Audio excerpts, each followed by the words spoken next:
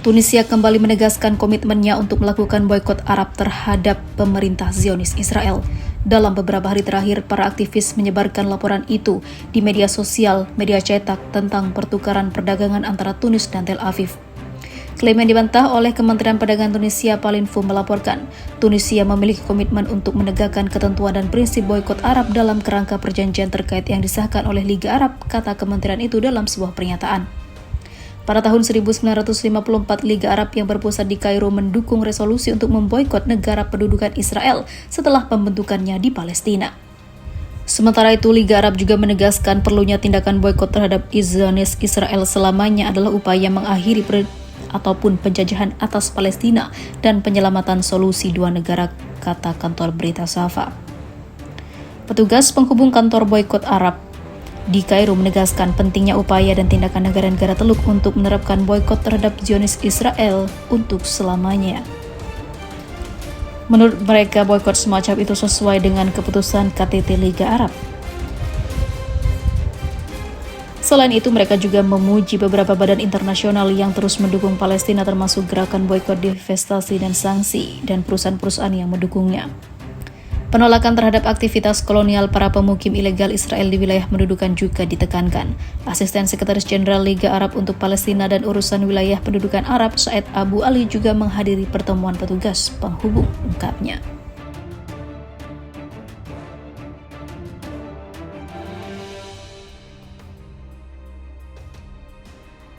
Mengguncang dunia, seruan boikot Israel menggema di Timur Tengah. Liga Arab serukan boikot lebih kuat pada Israel. Asisten Sekretaris Jenderal Liga Arab Said Abu Ali telah mengatakan untuk menguatkan boikot negara-negara Arab terhadap Israel sebagai alat yang efektif untuk menghadapi pendudukan Israel.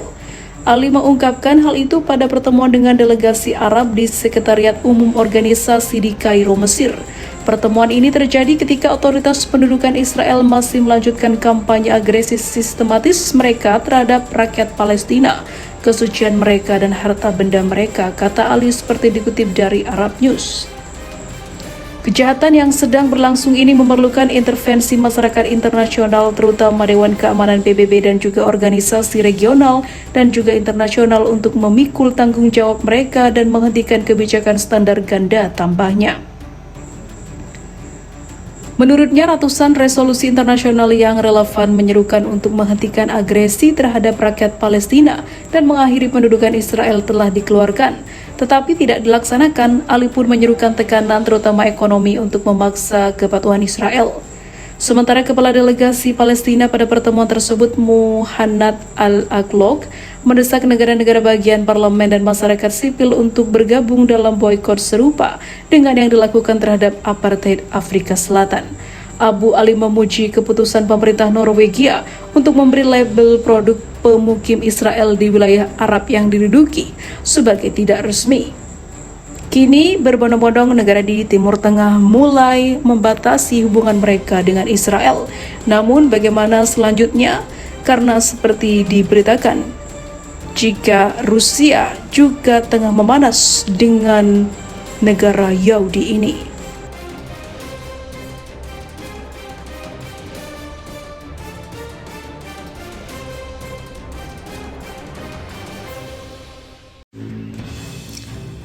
Rusia ambuk Israel yang melakukan serangan udara lagi ke Suriah. Beruang Merah membalas dengan menembak jet tempur dari Israel lagi dan desak Tel Aviv patuhi hukum internasional. Menteri Luar Negeri Rusia Sergei Lavrov menyatakan bahwa pihaknya akan terus membalas apa yang telah dilakukan Israel dengan serangan-serangan udaranya ke teritori pemerintah Suriah.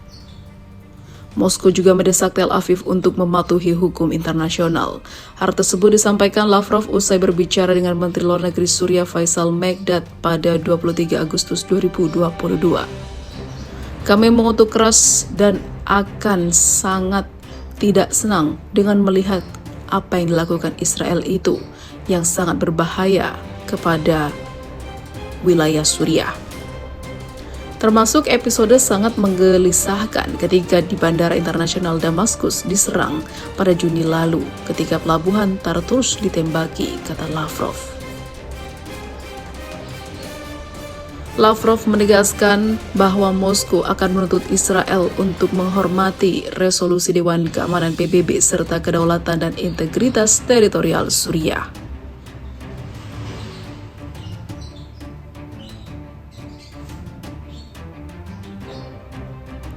Ia mengklaim bahwa aktivitas-aktivitas mendukung pemberontak merupakan dukungan untuk separatisme sekaligus melanggar resolusi Dewan PBB.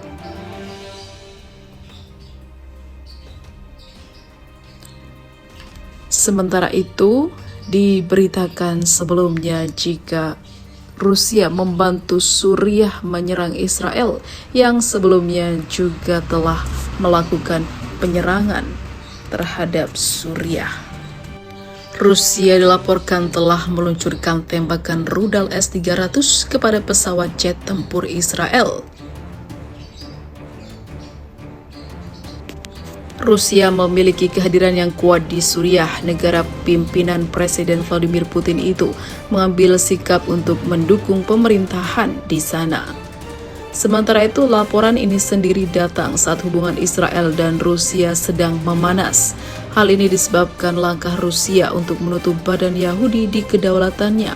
Moskow beralih lembaga itu mempromosikan migrasi ke Israel yang telah menarik minat umat Yahudi yang ada di sana dan juga mengganggu aktivitas karena diberitakan mereka juga melakukan mata-mata intelijen.